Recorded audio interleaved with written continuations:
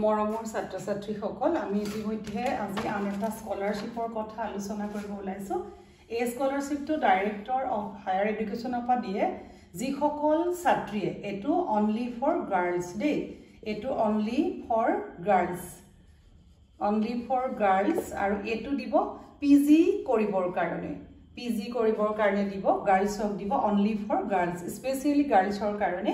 director of এডুকেশ্যনে দিয়ে ইয়াৰ চৰ্ত হৈছে 60% যদি ছাত্ৰী গৰাকীৰ বিএ বা বিএসসি বা বিকম থাকে 60% তেতিয়া হলে এই ছাত্ৰী গৰাকীয়ে এই স্কলাৰশ্বিপটো আবেদন কৰিব পাৰিব আৰু এই স্কলাৰশ্বিপত তেওঁলোকক বছৰি কিমান দিব ইয়াৰলি দিব তেওঁলোকক 50,000 দিব এটো ছোৱালীক দিব আৰু তেওঁলোকৰ পাৰ্সেন্টেজ লাগিব 60% এটো দুবছৰৰ কাৰণে তোমালোকে 50,000 কে 1 লাখ তোমালোকে পাবা আৰু ইয়াৰ বাদে আমাৰ এসটি এসসি ৰো আছে স্কলাৰশ্বিপ হে এসটি এসসি ৰো আমাৰ যদি ইউজি আৰু পিজি আছে হেখিনিও মই আগতে কৈ থৈছো তাত 50% লাগিব আৰু তেতিয়া তাতো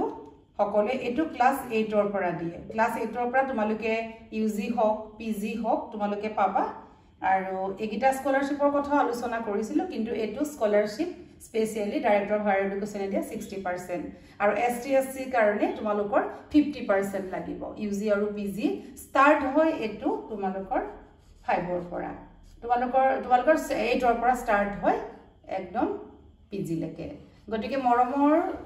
ছাত্ৰ ছাত্ৰীসকল স্পেশালি তোমালোকৰ যদি ভাল লাগিছে তোমালোকে ভিডিওটো